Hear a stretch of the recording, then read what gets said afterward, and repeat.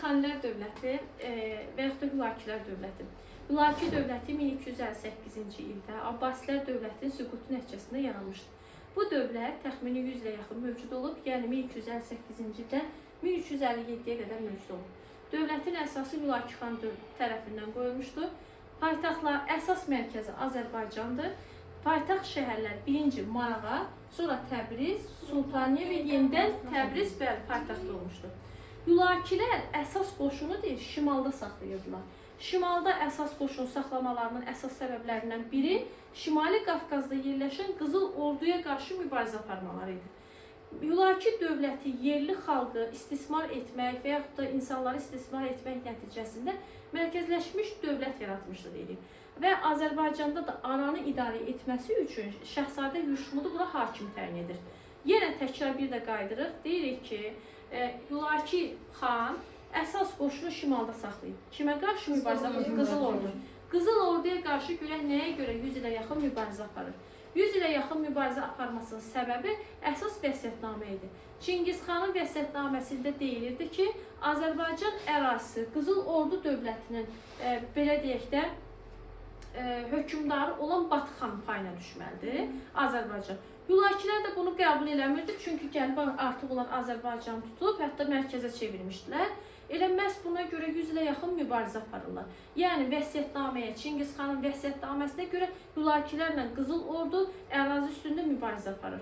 Bir də əsas Qızıl Ordunun Azərbaycanı ələ keçirməkdə əsas məqsədlərindən biri də əsas karvan yollarının Azərbaycandan keçməsi idi. Bu Hülaki xanın dövrü ilə bağlı bizə lazım olacaq məqamlardır. İndi Hülaki xanın vəfatından sonra müəyyən hökmdarlar hakimiyyətdə olur və biz ən belə islahat keçirən, dövləti gücləndirməyə çalışan hökmdarın dövründən danışacağıq. Bəli, Qazan xanın dövründən danışacağıq. Neçənci ildə idi Qazan xanın? 1204-cü ilə qədər hakimiyyətdə olur. Bu kişi, yəni bu Qazan xan özünü harada deyib? Qarabağda, bəli, Qarabağda özünü padşah elan etdi 1295-ci ildə. Onun əsas məqsədi deyirik ki, o köçəri gələn o köçəri fiyadallar var idi, Monqol əmirləri. Onların əlini qolunu yığmağa çalışırdı və bunu da yerli fiyadallara arxalanaraq edirdi. Və deyir, o xalqla yaxınlaşmaq üçün, öz sözünü keçirmək üçün birinci nə etməlidir? O xalqla ayaqlaşmalıdır. Ayaqlaşmaq üçün də o xalqın dinini qəbul elədi birinci.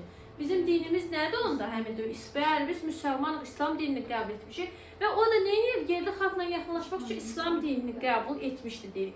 Hətta Qazan xan gördü ki, həqiqətən yaxşı ad deyil, öz adını da dəyişib nə qoydu? Mahmud adı qoydu, öz adına şəhər saldırdı, Mahmudabad şəhəri. Əgər məndən soruşsalar ki, 13-14-cü əsrdə yeni yaranan şəhərlər hansılardır?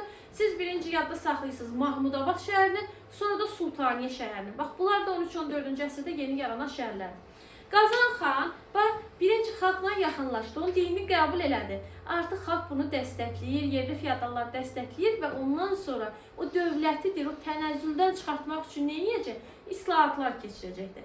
İslahatların əsas məqsədi ölkəni tənəzzüldən çıxartmaq, o cümlədən iqtisadiyyatı inkişaf etdirmək, ticarəti canlandırmaq. Yəni, məqsəd müsbətdir də, müsbət məqsədlər, yəni və yaxud da yaxşı məqsədləri var. Bu məqsədlər üçün də islahatlar keçirir. Baxaq görək hansı sayda islahatlar keçirir. Deyilən torpaq islahatı keçirir. Sonra ardınca vergi islahatı, məhkəmə islahatı. Əsas üçü budur. Məhkəmə, ardınca rabitə, din, ticarət. Gəlin ən rahatlarından başlayaq. Ən rahatları hər kəs üçün, uşaqlar abituriyentlər üçün maraqlı olan və yaxud da rahat olan isə. Din, yenə deyirik. Hansı dini qəbul etdik? Adını dəyişdirə qoydu. Mahmud, şəhər saldı Mahmudabad. Ticarəti, bəli, siz bunu Səlcuqlarda, Məlikşahda da görəcəksiniz. Ticarəti inkişaf elətdirmək üçün vahid, ölçü, çəki, pul sistemi yaradıldı. Kərvansara tikdirdi. İndi yox, kərvansara məsələsi gələcək, onun rabitə islahatında baxacaq. İndi keçirik. Yanlar yaratdı. Bəli, ilk öncə rabitə islahatında. Rabitə islahatında 3 fərsəxdən bir rabitə dayanacaqları yaradıldı. O rabitə dayanacaqlarını biz yanlar adlandırırıq. Və rabitə dayanacaqlarında, ümumiyyətlə rabitə islahatında həmin rabitə dayanacaqlarına məktubları çatdıran artıq öz rabitə işçiləri var idi. Həmin işçilərin yerli əhalidən vergi, daha sonra əlavə vəsait almasına qadağan edirlər. Hər hansı bir əlavə vəsait yerli əhalidən alına bilməzdi. Sonra burada deyirik ki, insanların, qonaqların gecələməsi üçün yollarda nələr tikildi? Karvansaralar tikildi. Bəli, bu bax rabitə dayanacaqdır. Rabitə dayanacağı neçə fərsəxdən bir rabitə? 3 fərsəxdən bir və yaxud da 20-21 kilometrdir. Bəli, burada öz işçiləri var idi. Bu işçilər rəiyyətin evində gecə qala bilməzdi, əlavə nəsə vəsait də götürə bilməzdi. Bəli. Və gecələmək üçün yollarda karvansaralar düzəldi. İndi gəlirəm məhkəmə islahatı. Məhkəmə islahatı ümumiyyətlə belə deyək də korrupsiyanın və yaxud da şəffaflığın olmadığı bir sistem idi. Və burada məhkəmədə din xadimlərini, indiki hakimlər kimi nəzərdə tutub, din xadimlərini təyin elədilər nə? Din xadimlərini, yəni qazıları məhkəmələrə başçılıq edən şəxslər oldular artıq. Həmin qazıların da dilindən elə bir ki, öhdəlik alındılar ki, həmin qazılar söz verirdilər ki, bütün işləri, yəni çıxardacaqları qərarları, belə deyək də, öz ədalətli şəkildə edəcəklər. Ədalətli şəkildə qərar qəbul edəcəklər. Məhkəmə islahatının əsası budur. 30 illik iddia sənədləri öz qanuni qüvvəsini itirdi. Məhkəmədə, məhkəmə işlərinə rəhbərlik edənlər artıq qazılardır. Qazılar kimdir? Din adamlardır. Din adamları ədalətli olacağına güvənirdilər deyə bu qazıları gətirib məhkəməyə rəhbər təyin etdilər. Və onlar da söz verirdilər ki, dilindən öhdəlik almışdılar ki, bəli, bu qazılar söz verirdilər ki, ədalətli şəkildə idarə edəcəklər məhkəmələri. Ardınca bir də orada şəhər, kənd, mahal qazıları və yaxud da şəhər, kənd, mahal qazılarının da deyir səlahiyyətləri dəqiqləşdirildi. Bax, bu məqama da diqqətli olaq, amma məhkəmə islahatı tam həyata keçirilmədi, yarımçıq qaldı. Məsələn, bizdən soruşsa ki, yarımçıq qalan islahat hansıdır? Məhkəmə islahatıdır. Bəli, tam həyata keçirilmədi. Məhkəmələrə başçılıq edən kimlərdir? Qazılardır. Neçə illik iddia sənədləri? Aha, bir də uşaqlar, orada baxın, alğı-satqı sözünü görəndə bunu götürüb ticarətlə qarışdırmayın, alğı-satqı sözünü görüb. Deyir, alğı-satqı deməli, sistemində qayda qanun yaradıldı. Qayda qanunu kim yaradır? Qayda qanunu məhkəmə müəyyənləşdirir. Bəli, alğı-satqıda qayda qanunun yaradılması məhkəməyə aid edəcək. Ardınca gəlirik vergiyə. Vergi nədir? Vergi islahatında, məsələn, bir dənə kənd nəzərdə tutaq. Tutaq ki, bir kənddir. Aha, bu kəndin girəcəyində bir belə böyük bir lövhə asırdılar. Həmin lövhədə vergilərin növü, miqdarı, nə vaxt ödənilməsi haqqında, nə vaxta qədər ödənilməsi haqqında məlumat yazılaraq, məlumat qeyd olunaraq, baxın, mərkəzdə görməli yerlərdə bu lövhələri yerləşdirirdilər. Nəzərdə tutun ki, bir kənddir, onun giriş hissəsində böyük bir lövhə asılıb. Həmin lövhədə insanların hansı vergi verəcəyini, nə vaxt ödəyəcəyini, verginin adı, miqdarı, hər bir şey o lövhədə qeyd olunur. Və ona görə görməli yerlərə qoyurlar ki, onu hər kəs görsün də həmin lövhəni. Və həmin verginin yığılması artıq tapşırılır mərkəzi divana. O vilayət hakimləri, məsələn, tutaq ki, bir kənddirsə, o kəndin kəndxudası və yaxud da ki, vilayət hakimi onu yığa bilməz. Birbaşa hardan gəlir? Mərkəzdən gəlir, yəni paytaxtdan gəlib, bu vergini yığışdırıb aparırdılar mərkəzə. Yəni, belə yadda saxlayaq. Vergi sistemi deyir 3 il icarəyə verilmişdi. Vergidəki özbaşınalığı aradan qaldırmaq üçün islahat keçirilmişdi və kəskin mübarizə şəraitində həyata keçirilib. Bunu da yadda saxlayaq. Sonuncu gəlir torpaq islahatı. Torpaq islahatında da dedik ki, burada istifadəsiz qalan, istifadə olunmayan torpaqlar bayraq torpaqlardır. Xidmət müqabilində verilən torpaqlar yenə iqta torpağıdır. Bu torpaqlar inci, bayraq və divan torpaqları hesabına verilirdi iqta.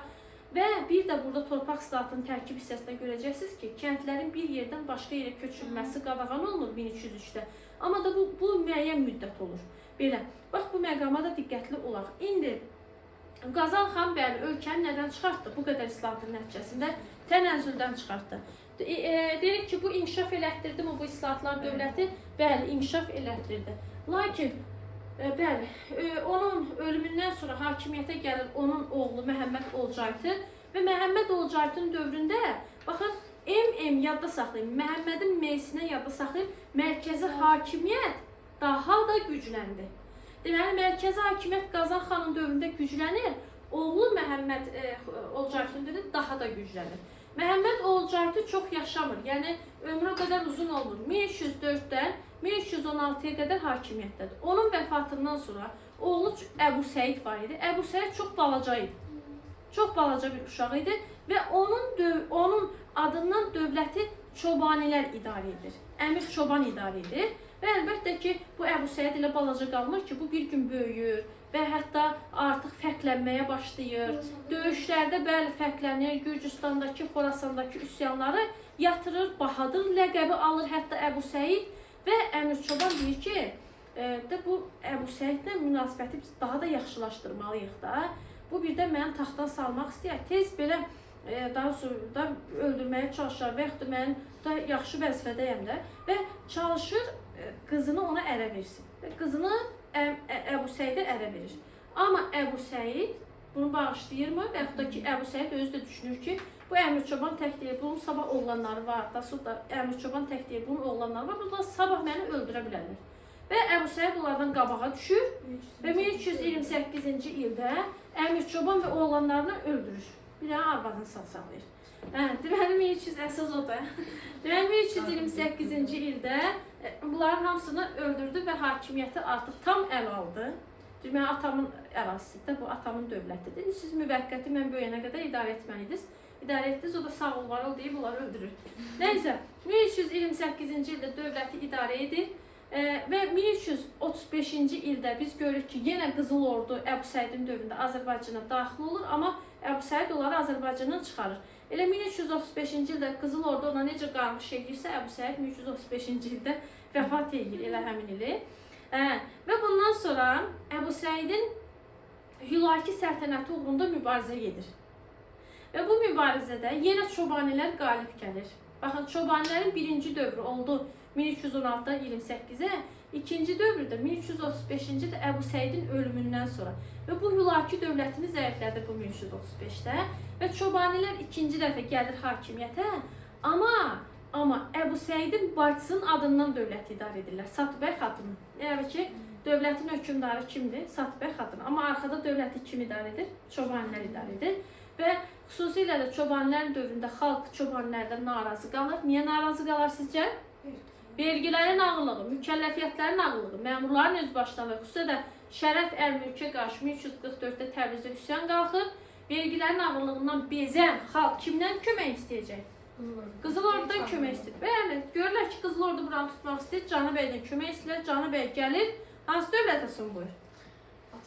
Hülakilər dövləti. Hülaki ilə Qızıl Ordu arasında gedən mübarizədə axırda kim qalib gəldi? Qızıl Ordu. Hansı dövlətin varlığımız? Elxanilər dövlətini və buranın da öz oğlu Bərdi bəy idarə edirdi. Bərdi bəy də 2 ildən geri qayıdıb qəfil ölüm xəbərini eşidir.